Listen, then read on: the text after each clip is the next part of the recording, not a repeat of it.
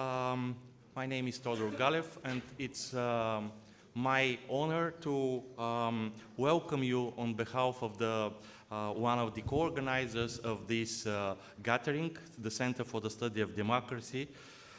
Today, we are living in a polarized world, where each of us seeks or receives information that reinforce our understanding of that world. Whether this is driven by personal behavior or some algorithms is largely beside the point. The integrity of the information space has become a critical issue for democratic societies in Europe, and not only, as both domestic and foreign actors challenge our values and political systems. When we published the first report of our landmark series Kremlin Playbook back in 2016, we assessed the economic footprint of Russian-controlled companies in Bulgaria, Hungary, Serbia, Slovakia, and Latvia, and examined how this economic presence translated into political influence through tools of both sharp and soft power. At that time, these countries were among the most vulnerable to malign foreign influence in Europe. Today, the situation in the region has unfortunately worsened. The Sofia Information Integrity Forum aims to address these challenges from a regional perspective, focusing on Southeastern Europe and Black Sea region countries. This is particularly pressing given the expected shifts following yesterday's elections in the United States. Europe and our societies must take greater responsibility for preserving the democratic values and freedoms that until recently we have taken for granted. Countering foreign malign influence must become the cornerstone of all our activities, as it can quickly escalate into military aggression, as demonstrated by the example of Ukraine, unfortunately. We must build more resilient democratic societies, and I hope that this forum will make a meaningful contribution to that endeavor. Once again, dear Minister, Ms. Pinance, ambassadors, distinguished guests, colleagues, and friends, thank you all for attending this forum and for dedicating your time and expertise to it.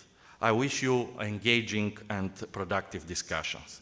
Now it's my pleasure to pass the floor to Mr. Zaprianov, the Minister of Defense of Republic of Bulgaria. Mr. Zaprianov, please, the floor is yours.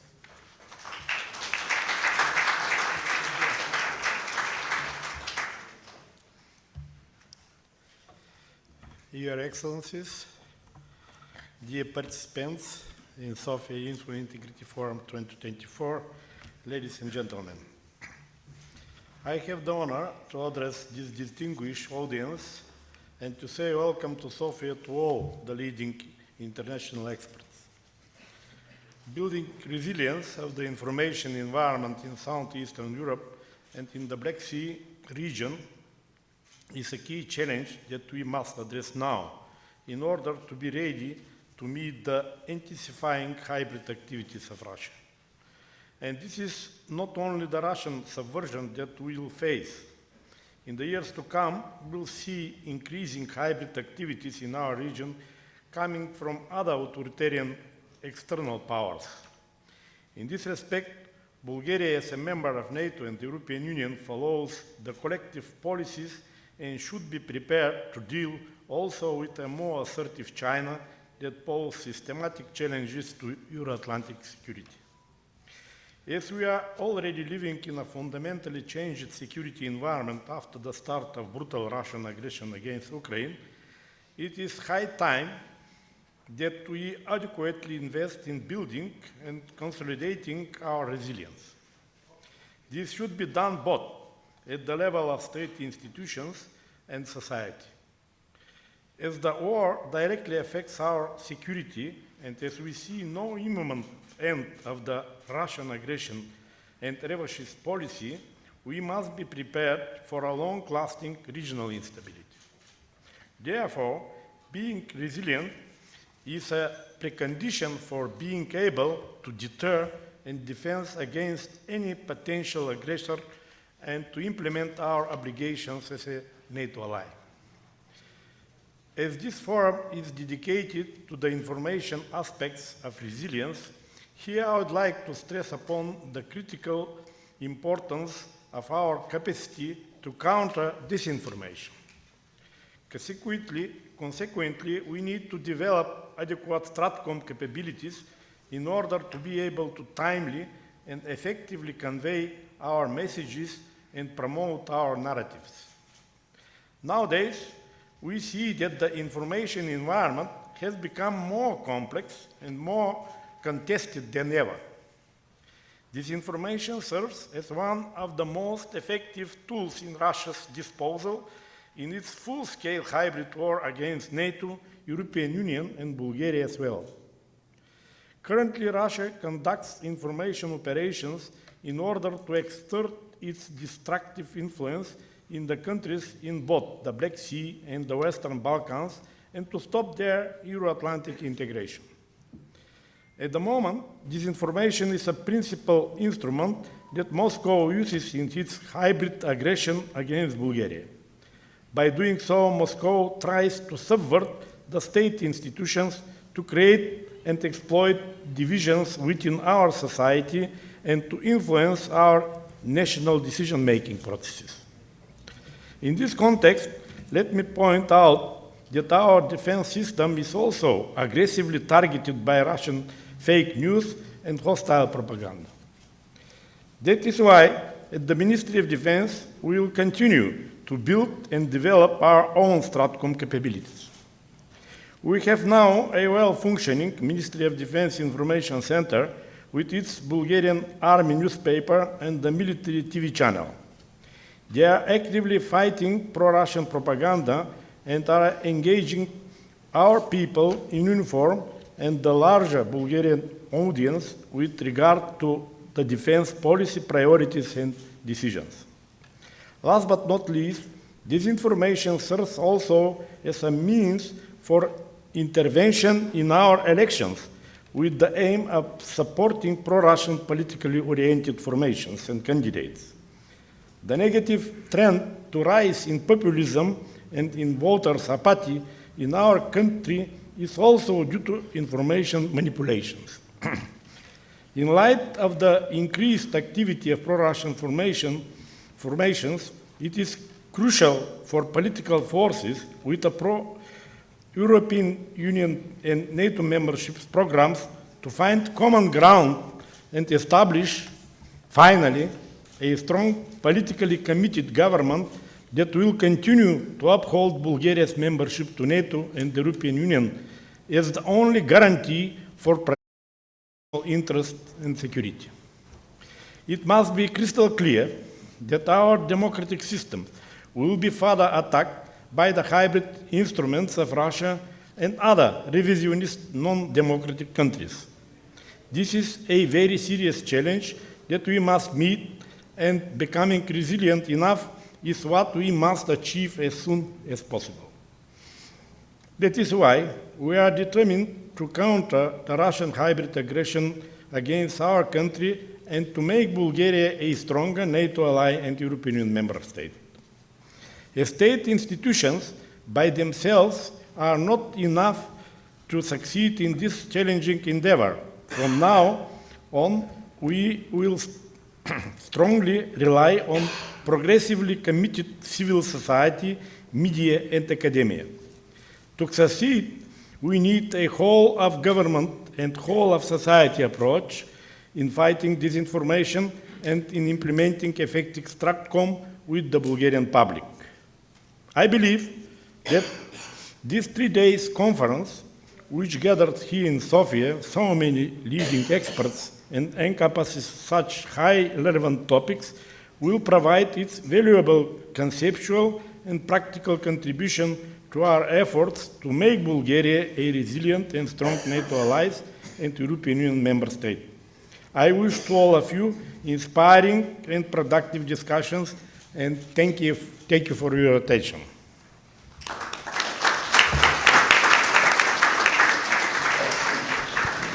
Thank you, Mr. Zaprianov. So without further delay, I pass the floor to Mrs. Pinance, Director General for Communications at the European Commission. Ms. Pinance.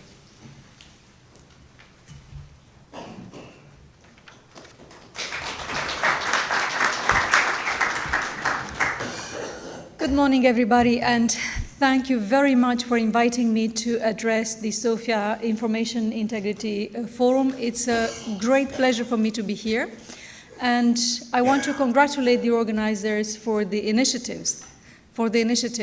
I'm particularly impressed by the wide audience and by the diversity of the audience here, because, like the Minister said, we are exploring here today a challenge which can only be tackled through a whole of society approach. We need public authorities, we need academia, we need civil society, we need the media, and we need the citizens to activate each of them individually and together to take position to protect information integrity and to help us counter information manipulation and disinformation. And the Minister has presented this very eloquently.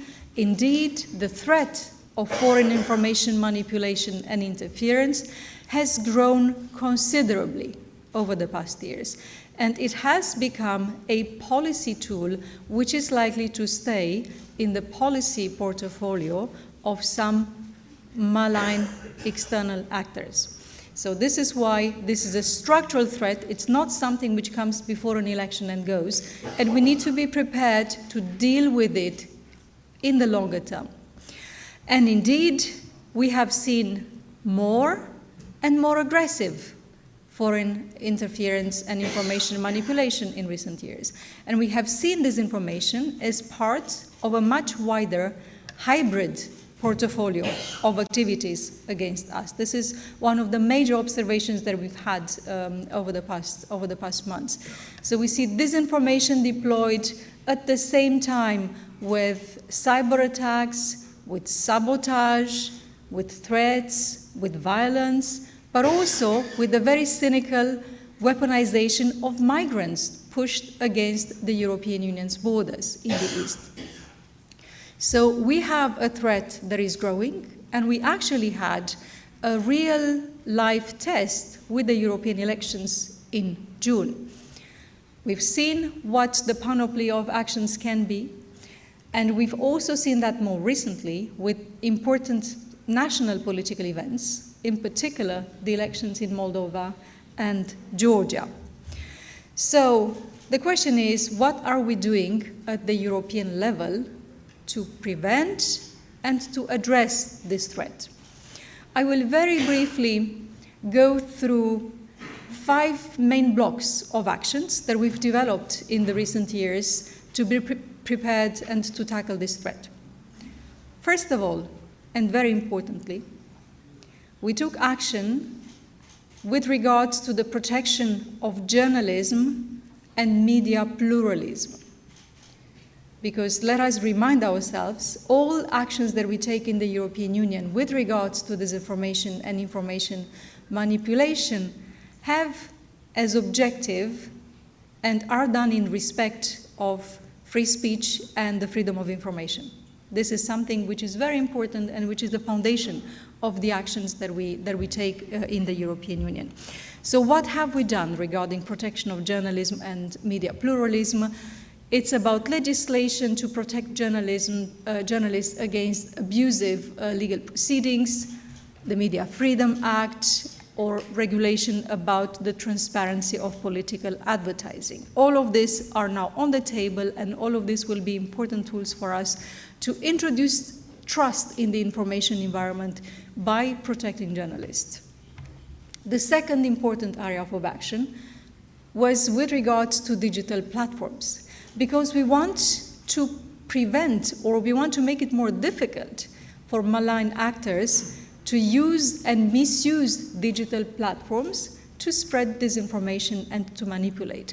So what have we done? We have introduced groundbreaking rules either to ensure transparency with regards to advertising online. We have defined what is illegal content and what platforms need to do about it. And of course, with our now perhaps famous Digital Services Act, or DSA, we have introduced rules requiring platforms to assess the risks and to mitigate the risks in the information environment space. And this is a very important tool which will provide us the foundation to protect the information integrity in the online space. Third important area of action, we have worked on building society resilience. And this is done through media literacy, but this is also done by supporting and empowering civil society to act.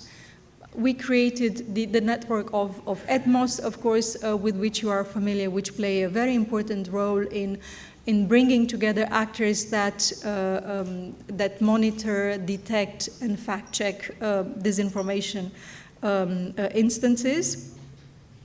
And fourthly, we have worked on awareness raising, because it is important that the public is informed and is aware about the risks in the information space and about the risks that they are being manipulated, with the intention of creating critical thinking. The last element of our work over the past years has really been about cooperation and about bringing the actors together in this field to create an ecosystem that addresses information manipulation and disinformation. And that is a cooperation among civil society actors, creating cooperation hubs, but it's also cooperation between all EU institutions and the member states, and cooperation with partners. The minister mentioned NATO. We are cooperating with NATO. We are cooperating with other partners from the G7 countries to exchange information to complete our situational awareness picture and to understand what is going on by connecting the dots. Now, are these actions bearing fruit? This is the big question.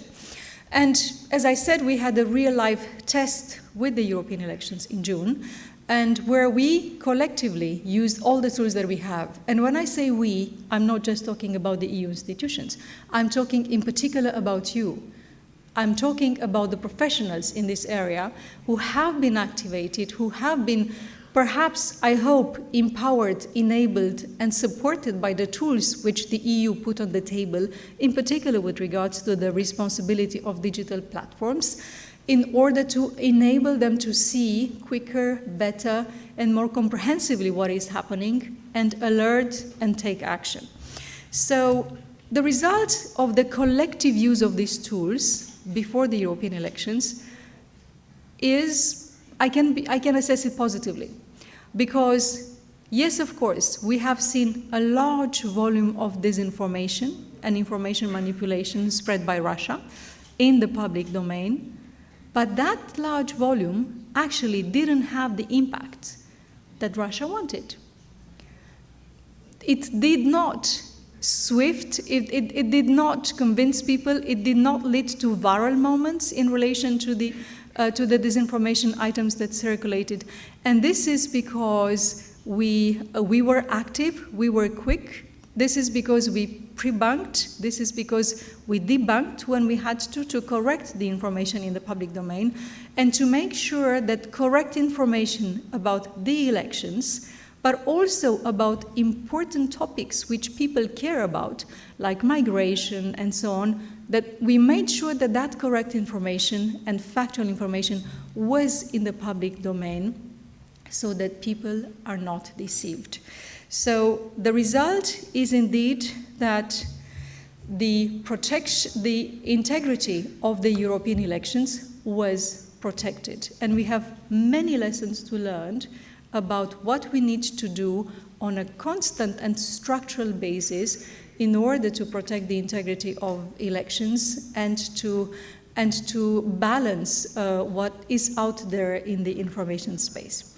Now, as we said, the threat continues, and actually it becomes more difficult to tackle because of the use of new technologies. And I'm talking here about AI, and I know that there are many specialists on data, on big data, and on AI among you, and I will be really, really very interested to hear what comes out of your discussions about how to go about tackling or preempting disinformation conceived with the use of AI, which is more difficult to identify, and it's easier to deceive people with the use of AI.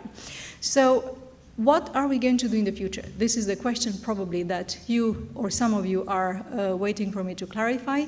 So first of all, allow me to state it loud and clear that the protection of the information space and countering disinformation and foreign information manipulation and interference will remain a big priority for the European Union. We are now in an institutional transition phase. Very soon, a new Commission team will take office in Brussels for 5 years, and addressing information manipulation and interference remains a big priority for this new team of the European Commission. And we are going to look at disinformation, part of a wider strategy of preparedness and anticipation for crisis. So we are going to look at it in a holistic way.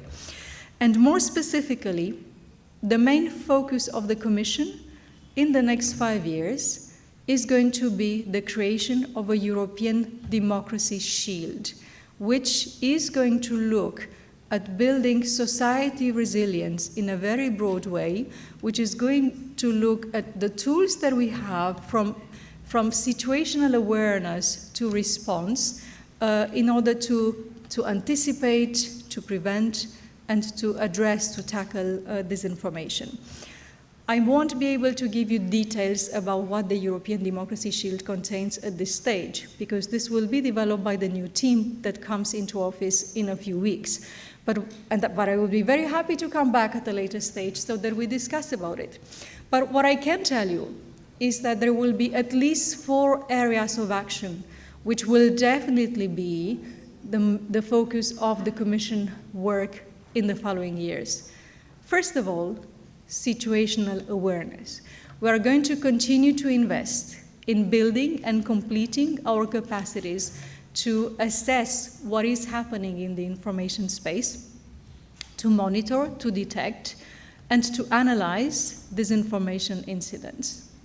This is clear, and what is very important is that we will need to go further in connecting the dots between what we in the European institutions are seeing in the information space and what our counterparts at the national level are seeing, because the minister was saying how the ministry is going to develop capacities on situational awareness and monitoring. Everybody will be developing that in the European Union. We will need to find an agile system of connecting the dots so that we have a complete situational awareness picture about information manipulation in the EU, which will enable us to take the right decisions on how to act. Secondly, we will work on media literacy and critical thinking. This will be a pillar of our work because this is the key element of societal resilience to information manipulation and to disinformation. So we in the European Commission will be very happy to support member states in conducting activities linked to media literacy. We will do whatever is useful, from putting forward or developing a conceptual framework for creating a toolkit or enabling the sharing of best practices to make sure that what works can be replicated elsewhere and that we learn from each other. Thirdly, we are going to foster the information ecosystem. What does it mean? We mean that we are going to support the actors in the information sector that are active against disinformation and information manipulation.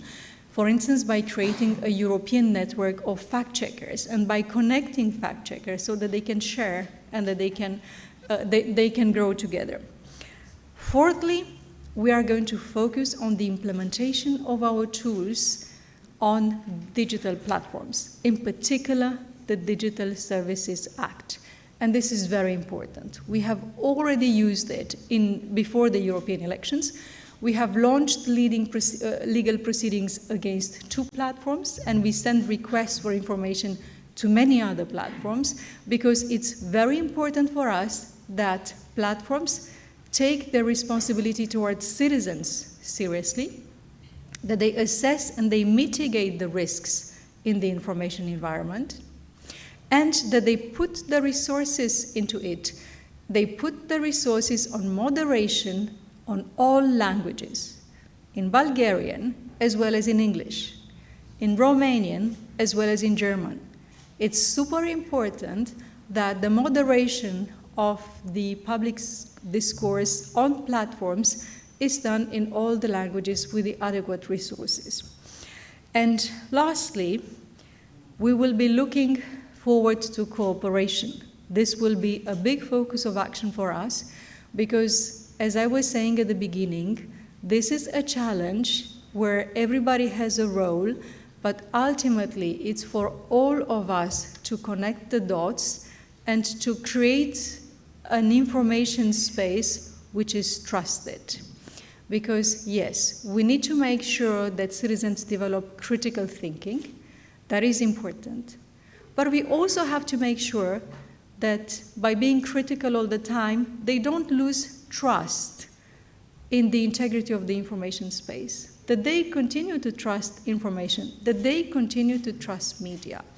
But it's really important for us to find the right balance between protecting free speech and protecting citizens against information manipulation. And none of us has the whole answer individually, but together we will. Thank you so much.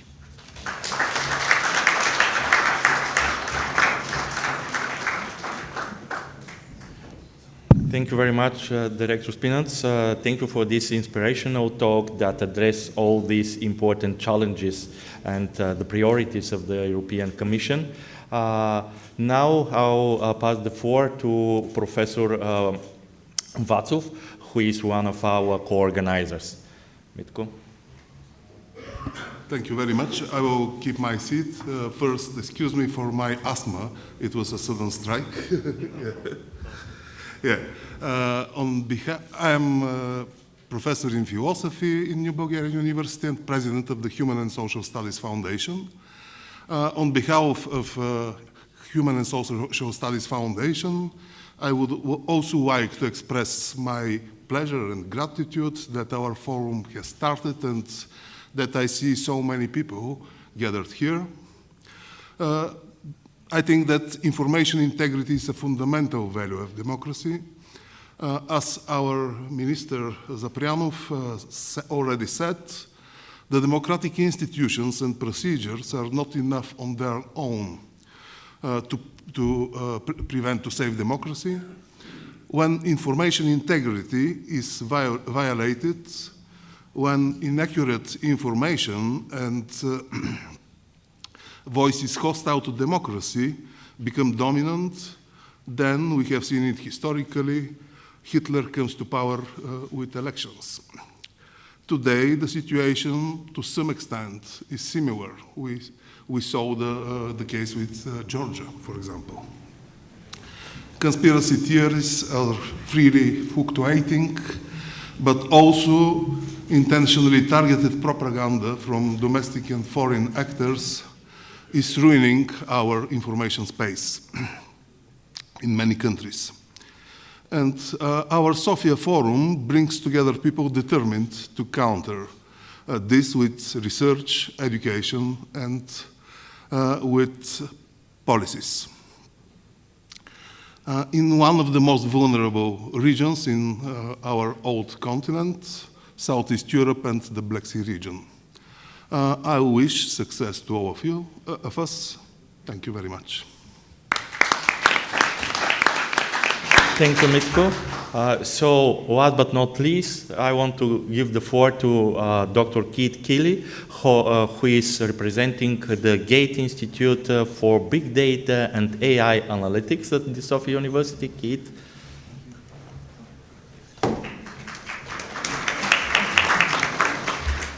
Good morning, everybody, and on behalf of the Gate Institute, ladies and gentlemen, esteemed colleagues and honoured guests, it's a privilege and also a profound responsibility to address you today at the Sofia Information Integrity Forum. We gather, as my colleagues have said, in a very remarkable time, a very remarkable period, and also a remarkable city rich with culture, history, and indeed, I think, the promise of progress for the future. But we are at a critical juncture both for Bulgaria, for Europe, and for the global community. The moment is, as my colleagues have described, characterized by both formidable challenges and significant opportunities that compel us to scrutinize the very foundations of our democratic society.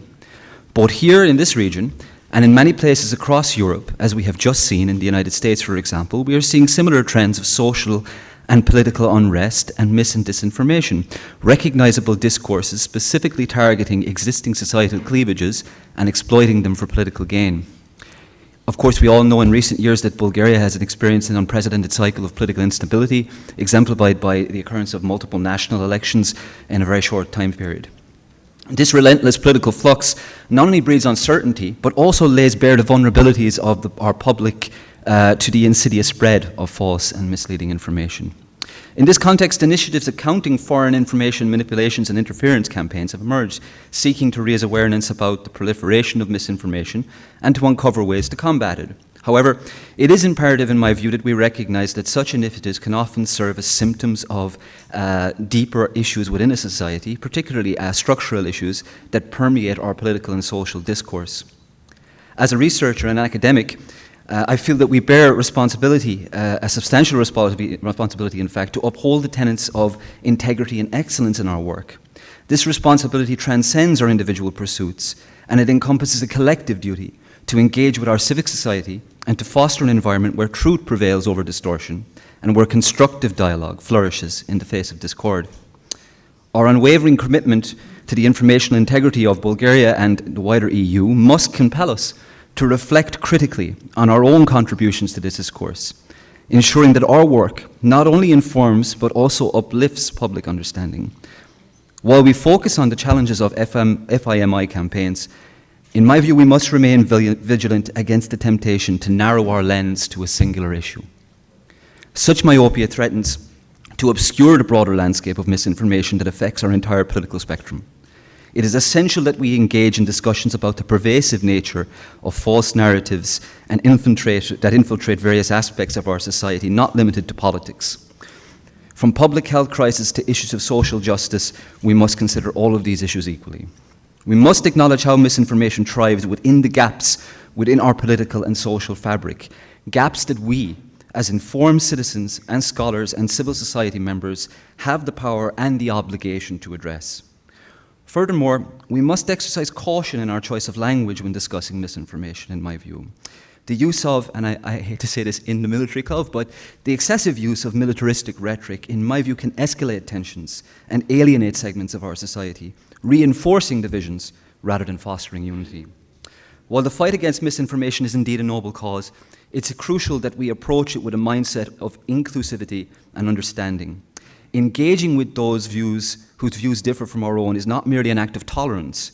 It is a necessary step towards building a healthier informational environment in Bulgaria and the wider EU, and one that's rooted in respect, empathy, and mutual dialogue. In conclusion, I hope we can all embrace this opportunity not only to dissect the pressing issues at hand, but also to cultivate a robust community dedicated to the principles of truth and integrity.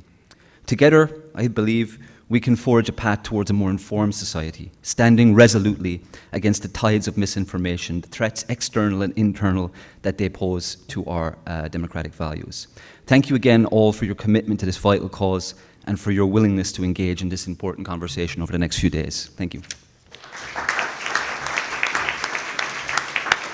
Thank you, Keith. And I just want to invite for a short announcement one of our partners who is organizing also site events with Sofia Information Integrity Forum, so Professor Alexander Kyosef from the Cultural Center at the Sofia University. Just for a few words.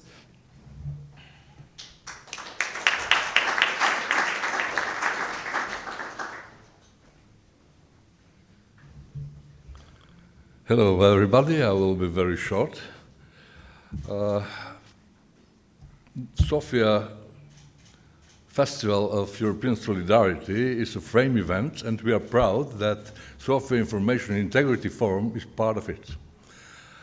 So I'm here representing the Cultural Center of the University of Sofia and a network of other organizations, more than 20 partners, embassies, foreign cultural institutes in Sofia, and a lot of NGOs. And on behalf of this network, I would like to express our respect and to congratulate this forum, because it is absolutely crucial and important for Bulgarian society, for its resilience, integrity, and of course for its solidarity. So maybe for some of you the link between hybrid war and solidarity is not obvious. Let me remind you the obvious difference between real war and hybrid war. The real war is consolidating the society. It's mobilizing the people, the differences and the conflicts are forgotten, and the society is unified in the front of the enemy. This is not the case with the hybrid war. It is just the opposite. The hybrid war dissolves and disintegrates the very chemical structure of the society. That means its cohesion, its trust, and its unity. And because of that, it destroys the most important clue of the society, its solidarity. So for us, the link between integrity in information and solidarity is intimate and philosophical, and we are supporting it. And we are really glad and honored that Sofia Information Forum is part of our frame event, which has more than 20 other cultural and academic events. And at the end, I would like to invite here the auditorium to two other events.